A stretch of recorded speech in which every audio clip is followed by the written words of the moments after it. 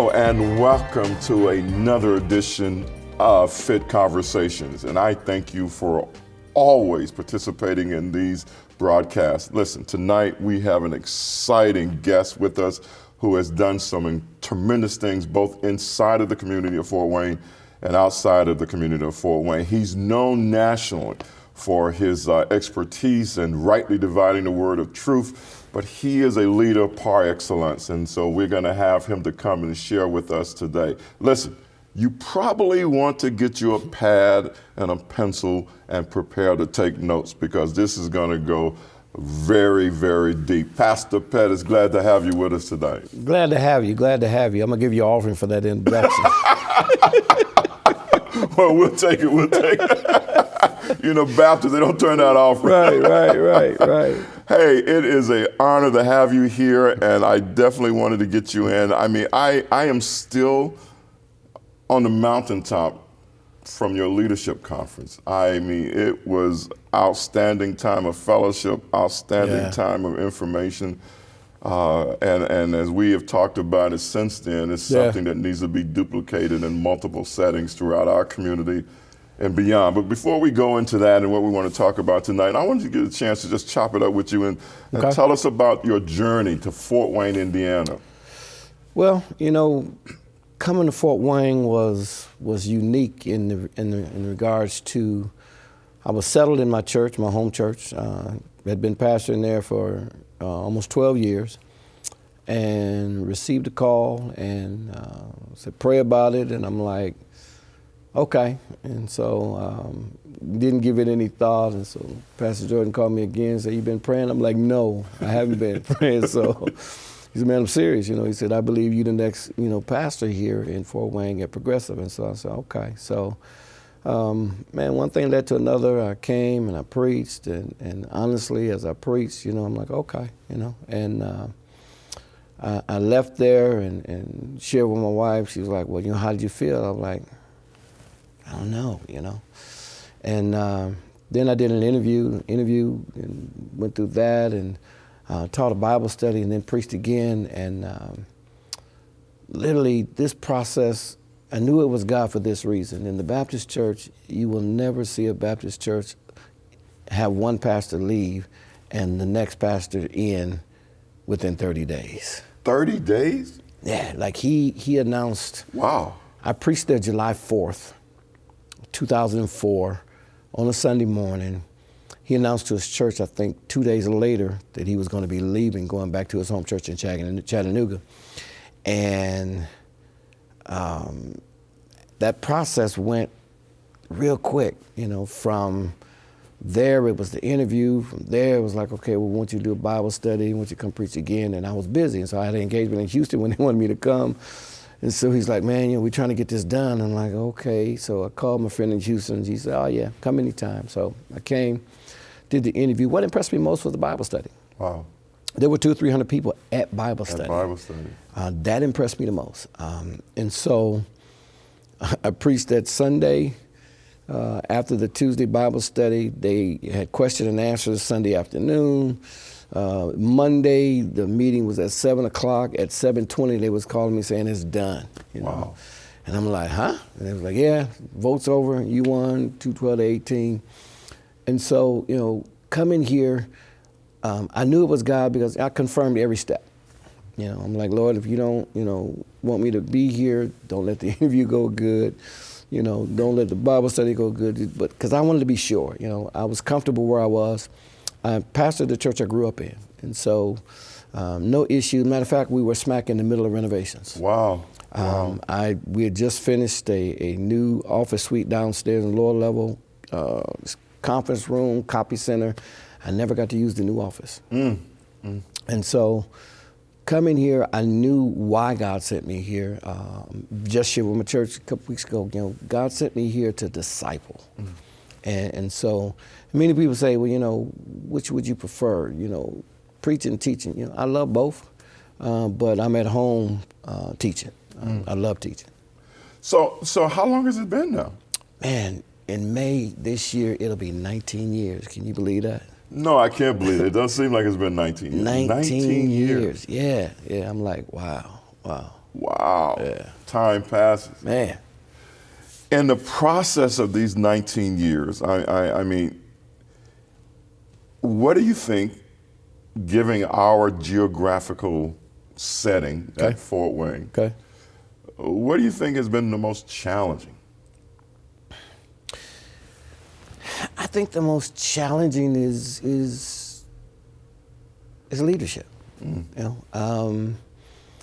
know, when I first came, the first thing I started was a monthly leadership meeting. Okay. I started teaching Five-Star Church. Okay. And, you know, going through that and looking at the response to it, and I'm like, I ain't really not grabbing that, you know. And yet, you know, when you say leaders, you know, there were a lot of professional leaders, but as it relates to church and church leadership, it was more business leadership than church leadership, and they both have to be married. They have to be married. They have to be married. So now after 19 years, wow, I'm just sitting here because I remember when you came. It doesn't seem like it 19. Yeah. I guess I just aged by 19 years. Right. Tell us a little bit about your family. So I'm married to Pastor Pettus. We have 7 children. She had a daughter. I had 4 children when we met. And then we have 2 children together. And it's been a great journey. Been a great journey. My older 3 kids live now in Birmingham, Alabama. They're down there working with PMJ. My other 4 are here in town. Still got 1 in college, 2 in college now. And believe it or not, my baby was 4 months old when we came here. And now she's a freshman in college. Wow. And so I'm like, man, time has moved. So, Time has moved. Yeah. Time has moved. Well, one of the things that I remember when you came in, one of the things that over the years that I have admired about you, we both have a fondness for technology. Yeah. And Logos, and you actually are one of those, my term, professors. You teach Logos to other pastors and churches, et cetera. Yeah. How's that going? You know, it's my second love. Wow. I mean, you know Logos. Yeah. And for me, I was a word search buff. Yeah. And You, me too. I had word search since '92. And so, you know, I introduced a lot of people to word search. I used to work for word search. And then, you know, I got into Logos maybe around 2000. And then I went to Morris Proctor's seminars. I think I went to at least 3 of them. And then... Now, for those that don't know who that is... Morris Proctor was the licensed trainer for Logos. Yeah. And just went home to be with the Lord. Yeah. You know, and so I went to 3 of his conferences. The last one I went to was Murfreesboro. It was online. I did that one. And then they came out with 10 and announced that Word Search was being bought out by Logos. And many guys all over the country was calling me saying, hey, you know, man, what we gonna do? You know, Logos going. And so I've been telling everybody, listen, Word Search still works. Yeah. But I keep telling them there's gonna come that day where you're gonna click on that icon and it's not gonna work, you know? And so I'm like, but the good news is, and I was so excited about this one fact, that every book that you bought in Word Search migrated to Logos. Migrated right over. Man, that was the best thing that could happen because I switched over to Mac maybe several years ago. And Word Search didn't run too well on the PC. Didn't run too well. Yeah. And so I was grateful for the fact that everybody was like, no, man, I was like, no, that's the best thing that could have happened, you know, so. I even like the fact that you can scan your hard covers into the you know, your paperbacks, etc. Yes. You know, that leadership conference that you put on a couple of weeks now? Yeah, been a couple of weeks. I've gotten fuel out of that and several different places I've been since, and I've talked about it. You and I are of the same mindset, everything rises and falls on leadership. Yeah. And I think one of the things, or among the things that we glean coming out of COVID, is we begin to see where some of the holes were. Yeah. Some of the flaws. Yeah. Some of the weak places, Yeah. if you would, spots, and general, and in leadership, and particularly. One of the things that I had the opportunity to do when I was researching and participating in is look at some of those areas, what I gleaned coming out of COVID, that was some of the weaknesses of the church in general, but the African American church specifically. Yeah. And one of the glaring weaknesses, I think, was that of technology. Yes. Major Achilles heel Yeah. within the African American church Yes. in general. Pastors struggling, trying to pastor, trying to get through COVID, Yeah. and not knowing how to stream, how to get all that stuff together, Yeah. et cetera. And for you, who was already doing it, and we were already doing it, it was almost like, okay, let's on to the next one. Let's get it done. Yeah. When you think about the church today and that gap of technology, what is the solution? What do we need to do? I think number one, we have to have a greater respect for it.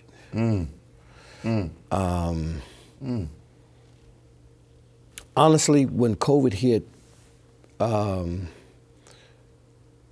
talked to you. Yeah. Hey, what are you using? What camera are you using?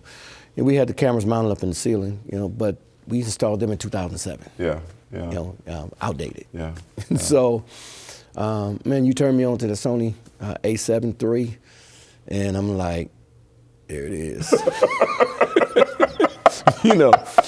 And so immediately when COVID first hit and we couldn't go to church, the first thing I went out and did was I went out and bought a 4K video camera, Sony.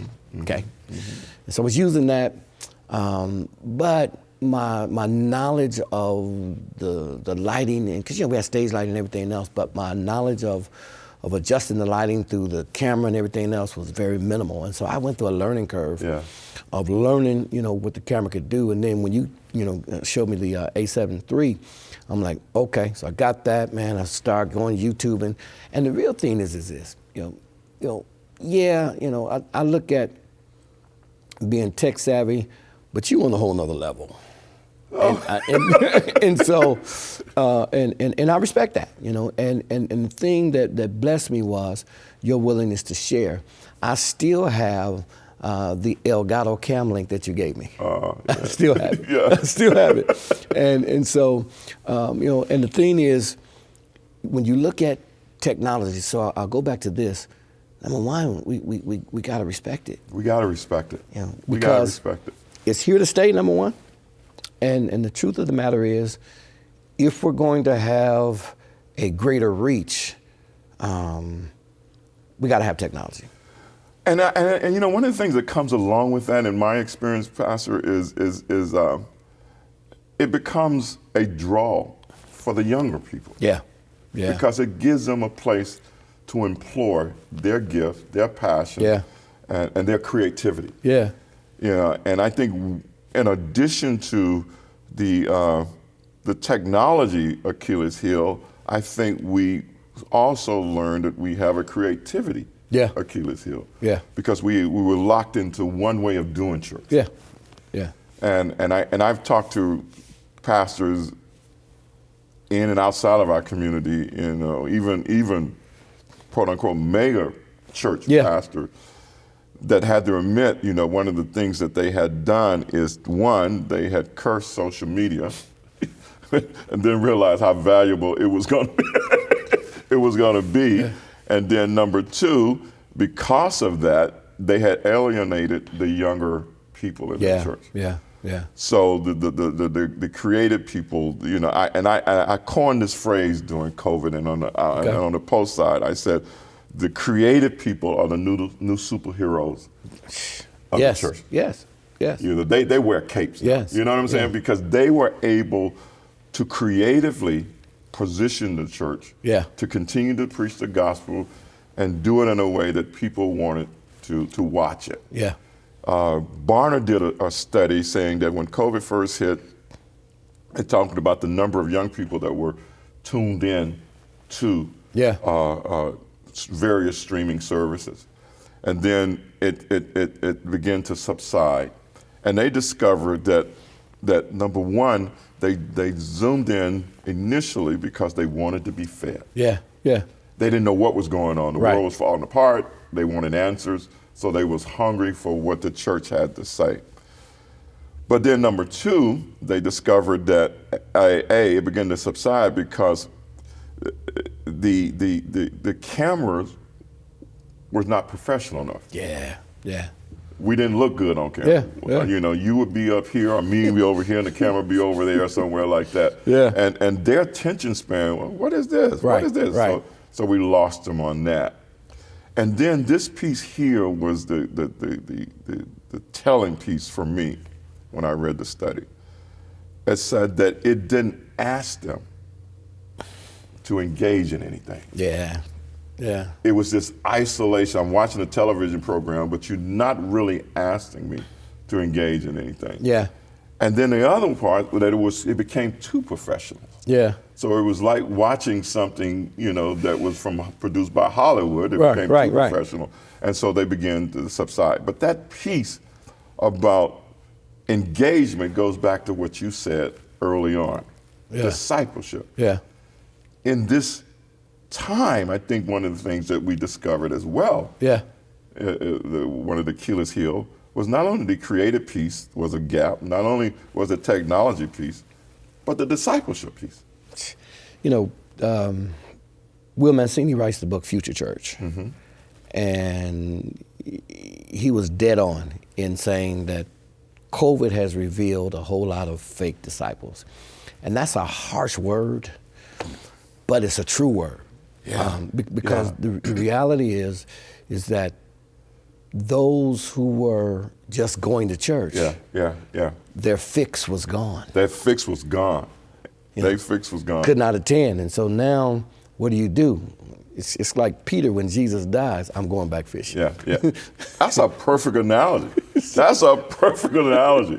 And they're still fishing. And they still fishing. Many of them still fishing. You know, and so it's one of those things to where you just said something though that just caught my attention about engagement. And I really believe even now, I mean, you just blessed me making that statement of engagement, because it's one thing to be able to stream and put a quality stream together and have a boom, great production going on. But the reality is, are we engaging? And that's the other side of how we have to begin to process technology. Yeah. Because I think sometimes we get satisfied. Okay, I streamed. The service went good. The sound was good. Okay, that was enough. But if you're not inviting, and I put it to the test, Pastor. Okay. Because during that time, we ended up feeding them. I don't want to quote numbers, but we ended up feeding thousands of people during COVID. And so when I read that report, I realized that I wasn't doing that. Yeah. I wasn't inviting them in. So the first Sunday after reading that report, I made this announcement. Basically, I said, we're going to be feeding people on the parking lot here, and you don't have to be a member of Come As You Are to help us serve this community. No matter what church you belong to, or whether you're part of a church or not, come, let's serve the community. Man, and good. People showed up. Young people showed up. And helped us serve because they were invited into something. They were asked to be a part of something. And I think when you look at it, think about it, what does the Baptist Church offer to young adults? Most of our sanctuaries, and I'm saying this to my church now, most of our sanctuaries was built in the 50s and 60s, and they're outdated and will not serve our present day. And so I went to a church growth conference, and one of the things they talked about was the 3 places that people gather. And work was one, church was another one, but then the third place was where they gather. And the reality is that most churches that were built in the 50s and 60s don't have gathering space. They do not. And They do not. so again, a church is more attractive because they have this lavish foyer area where they can gather. They've got, coffee and lattes and monitors, that you're getting information from. And so we have to think in terms of, and in terms of what do we do by way of engagement, because as it relates to church and as it relates to where we are now, I teach a class now nationally, technology and discipleship. Okay. Marrying those two. And one of the things I talk about is that we have to begin to understand that, number one, technology is here to stay. It's here to stay. Number two, we need to learn how to use it at an advantage as it relates to discipleship, because, again, think about this. Everybody has cell phones. Everybody. And that's the first thing they go to. Yeah. And nowadays, if you can't connect with your church some kind of way, through their cell phones, especially young adults, we're gonna miss them. The church growth seen through the prism of spaces to gather, Yeah. I believe has to be both inside and outside. Yes. Okay. Yes. I challenged our church probably 6 months ago. Okay. There were 3 acres of land directly across the street from us. Okay. And I said to them, we need to purchase the property. It was $50,000. We need to Okay. purchase the property. But I want us to create an outdoor gathering space. This is what I said to them. Okay. I want us to create an outdoor gathering where the community can gather, where the Wi-Fi is free, and et cetera. Now, here's what I learned. Here's the experience we had. There would be young people outside in the parking lot from the apartment complex across the street who would come to this parking lot in the summertime and stand around this building, walk around this building, to play their games on their cell phone. Wow. Because we have free Wi-Fi. Wow. That's major. Huge. That's major. And so I said to the church, let's buy the property and set it up like our own park. Yeah. And have the benches and stuff there where they can gather. Yeah. The Wi-Fi is there, they can sit, and then we could use that as a part of our access into their life, and subsequently evangelism and discipleship occurs. That's major. I'm a firm believer that we have to come to a place where we think outside of the box when it comes to church now. Yeah. What's interesting is that I think back in August, we had a fellowship function at a Life Center, and well attended. Matter of fact, kind of packed.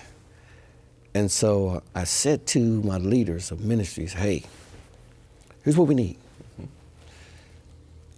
We need to have a fellowship function every month. And it's easy to accomplish if ministries decide which month they're gonna take. Wow, I like that. And again, free food, games, because the reality is people have this perception of church that it's in the pew and the preacher has his robe on and he's preaching and the choir's singing and that's all it is to church. Well, I said to them, look, we gotta use the facility. We got 31,000 square feet down there. And we run after school program, summer school program, but I'm like, nah, we gotta start having events there every month. And so this month, on the 18th, we having a Mardi Gras night, where you come wear your Mardi Gras beads and masks, fellowship function, and I'm saying to them because the reality is this. If we don't think outside the box, we're gonna lose. We're already losing. Yeah. There's so many options. Yeah. You know, Yeah. people have options today, and everybody is a critic of the church. Yeah. You know, Yeah. I mean, everybody criticizes Yeah. the church, and the African American church probably gets more criticism than any other expression of the body or the bride of Christ. You know, I was listening the other day when this guy was saying that nobody listens to a pastor, nobody listens to pastors anymore, nobody listens to churches and folks anymore. Only people listen to churches and pastors is my grandmama. That's the only person who listens to it. Wow. You know, and it hit me. Yeah. You know what I'm saying? Okay, at first I was mad, then I had to process it. What are we doing that caused him to come to that kind of conclusion? You know, and I think it comes back to what you said initially. We got to get back to discipleship. And COVID showed us that we really was better at gathering than going. Yeah, man. You know, that's when you look at COVID and how it's left the church, and the state it's left the church in, it just revealed, you said this earlier, the cracks and the weaknesses, and literally what it revealed is that we really have not been doing what Jesus told us to do. No, we haven't. We haven't. You know, and so, you know, how do we change it? And you know, it begins with leadership. Yeah. It begins with leadership, and the mind of the leader has to think beyond. Well, I got my ministry meeting on Tuesday, and we're gonna go over what we're gonna do Sunday, and that's the gist of it. Yeah. You know, the reality is that we have to get to the place now where, and I believe this. I believe that God has ordained such a time as this, even COVID, to wake the church up, to get the church to realize, hey, you know, you gather. Do a great job of gathering. You gather. Yeah, you put on some great programs, you know, but the reality is, are they discipled? And COVID says no. No. COVID proved they weren't discipled. You know, one of the interesting things is you go back to, when you said that, I was thinking about a piece that Bill Hybels wrote years ago, looking back at Willow Creek, and he was talking about the gathering piece. Yeah. And what they missed was the discipleship piece. You know, because of the number of people that came through the doors. I remember him saying that. I remember that. But they didn't end up with any, well, I won't say any, but they ended up very few disciples. I remember that. Yeah. And I think that in our quest for the numbers, we miss the discipleship piece. Let me ask you a question. Because I heard that same message. Okay. I can remember just like yesterday him saying that. Matter of fact, he was saying he was mad. Yeah, he was mad. He was mad. I remember on stage he was saying. But why did we hear it? Why did we hear it? Why didn't we hear it? Because the reality is, we just kept doing what we were doing. We didn't hear it because and I'm not saying intentionally, right? But that movement, that mega church movement, had focused everybody's attention on gathering. Yeah. The event. Yeah. The weekend event. Yeah. That's how it was marketed. The weekend event. Yeah. You know, and everything that went along with the weekend event. So we looked at it from a numerical perspective. Yeah. Not a discipleship perspective. And so, you know, when you look at a church that's the pastor's dual career. Yeah. And he said, "Oh yeah, you can afford to say that because you done made the money at this time." I'm just speaking, you know, figuratively. So, and he said, "I got to get these people in here because I got to pay these bills." Yeah. So gathering becomes the central motive. You know, years ago, before I came to Fort Wayne, I used to go to the Willow Creek Conference every year. Yeah. I actually went. I took leaders there. Took a group of leaders there. And Bill had a day where he was going to meet and greet pastors. Mm-hmm. And I got a chance to grab him and say, hey, you know, how do you change a traditional church into a more contemporary church, you know? And his answer was, one at a time, and he walked off. And so I ran behind and said, wait a minute, wait, you know, what do you mean one at a time? He said, well, listen. He said, people know me, he says, and they know what I stand for. They know who I am. And people, when they know you, they'll follow you, when they know you. And he says, one at a time. Well, I know the story. He started with 25, and grew 25th anniversary at the United Center, 23,000 strong. Yeah. So, but, I think we have traditionally been taught as pastors that we got to be up here. Yeah, yeah. And the reality is that if we're going to have impact, that's not what Jesus did. Yeah. It's not what he showed us. Yeah. That's not the Jesus model. No. No. And that is nothing wrong with numbers. We're not saying there's something wrong with numbers. Right. Be fruitful and multiply, if you will. Right. Yeah, exactly. But the reality is this. We've gained a lot of members over time, but not a lot of disciples. And discipleship happens one-on-one. Yeah. And so, the leadership conference, was a wonderful, wonderful event. And you guys knocked it out the park. It was everything that I wanted and then some. The challenge will be, what will we do now? Well, speaking as a person that participated in it, Yeah. that was a facilitator in it, Yeah. I feel that same challenge. Yeah. What will I do with this knowledge that I glean and preparing prayerfully? What will I do and what I receive from the other presenter? What will I do with what I experience in that context from people that I know that love the Lord and want to do better? Yeah. My word, or do more. Yeah. Enlarge their tent. Yeah. And I've wrestled with that as someone that was a part of it.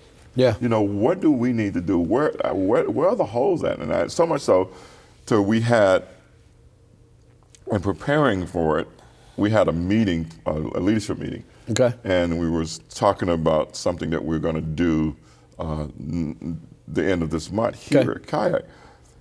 And I asked him, I said, okay, great idea, wonderful idea. Yeah. Where's the evangelistic piece? Yeah. Yeah. Where's the discipleship piece? How do we transform this into more than just an opportunity for us to get together and celebrate one another, which we need to do. Yeah. Oh yeah. Oh yeah. But what about the person outside? How do we get them in here? And I think that is the challenge, because I can speak for me. The faces that I see now, post-COVID, the majority of those faces I didn't see pre-COVID. Yeah. These are new folks. New people. That's true. That's true. And and for the most part, they're not church folks. Yeah. Yeah. They're not. They ain't been in church all their life. Yeah. And that presents a whole different needs assessment. Yeah. When you think about discipleship and you think about, what do we do? Dead on. My first church I pastored, I grew up in the church, and I left it for 10 years, and the pastor asked me to come back. And I preached 4 weeks in a row, pulled me in the back of the church and says, hey, I want to retire, but the church is not going to take you, but I'm going to make you assistant pastor in January. Turn it all over to you. You do the funerals, weddings, whatever. I'll be here when I'm here. Be ready every week. He gave me took me to the deacon and said, hey, get the reports to him. At that time, I started a Bible study. I went to the pastor, hey, I want to start a Bible study, I want you to go. He said, no, don't bring me nothing, just do it. I'd go back and say, hey, you want to start a young adult choir? He said, no, look, I'm telling you, don't do it. I started a young adult choir with 6 people. Mm-hmm. In less than a year, we had 80. Tell you how. We had choir rehearsal every Saturday. And every Saturday, I required that we would, after choir rehearsal, go out and fellowship. Wow. Pizza, movie, softball game in the park. They started asking, hey, can my friend come? I said, yeah, sure. Well, what time? I said, well, as soon as we get out of rehearsal. well, can they come a little early? I said, sure. Pretty soon, this literally starts happening. I believe when you rehearse in a choir, you don't go through the motions. It's Sunday morning. It's Sunday morning. You practice like you go play. Sunday morning. Come on. What started happening is people wanted to be a part of the church on a Saturday. Yeah. And so I started getting people saved in choir. Wow. You know?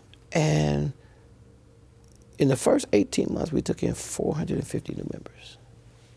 In 18 months? In 18 months, 450 new members. Talk of the town.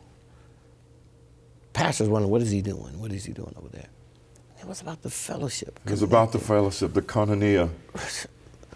Rubbing shoulders. Hey, you know, I was like Energizer Bunny everywhere. You know, I started a drug ministry. I'd have 4 or 5, you know, addicts with me all day, every day. Yeah. I'd pick them up in the morning and keep them all day, Yeah. so they wouldn't get high. Yeah. You know? And so when you think about discipleship, man, it's about one-on-one. But here's the thing: we're afraid of what's out. You just said this. They don't look churchy. Church folks scared of folk that ain't churchy. Church folks don't forgot that they used to look like Yeah, that. well, you know, They don't forgot what they used to look like. That's the real issue. You know, we've been in church so You know, long, we just don't remember. Yeah, it's like, I was talking to a young person. This was several years ago. This person was, at the time I met him, they were at seminary. They was in seminary out in Dallas. And they used to be a rapper. They lived in D.C. Okay. Used to do rap music and Okay. et cetera. But now they was finishing up a master's degree at Dallas and enrolled. No, they actually finished up a PhD. Okay. And I said, you know, have you thought about using your experience, you know, when you were part of a rap to reach those that are still involved in it? Okay. And this person said to me, I don't do rap no more. In no shape, form. I don't do that. Yeah. I said, you don't do it? Not even Christian rap? No, I don't fool with that. Wow. I said, so the very thing that God saved you from, you don't see it as a hook to go back or a reason to go back in that environment. I'm not saying you got to sing the same type of rap, but you ought to see it as a hook. Yeah. And I said, no, I don't deal with that. And I've talked to several that like I don't want to deal with that no more. Yeah. You know. Yeah. And that's your age group. That's your generation. You know, I'd say to people, you know, when David was dying, the word says that David fell asleep and he administered, paraphrasing, to his generation. Yeah. Yeah. You know, he had served his generation. And I think we miss that piece. You know, man, when you think about where we've all come from, we've all got a story. And one of the things that I've learned through my own story is transparency. Yeah. I remember reading this, that if there's no transformation, there cannot be any transparency. And that resonated with me to the fact that, you know, because if you're not transformed, you know, you're still stuck. Yeah. So you can't be transparent because you're probably still stuck in some stuff. I've Yeah. learned over time to be transparent about my life. You know, there's some things in life that I've done not as pre-salvation Pettus, not as saved Pettus, not as Reverend Pettus, not as Pastor Pettus, but I've done some things as President Pettus.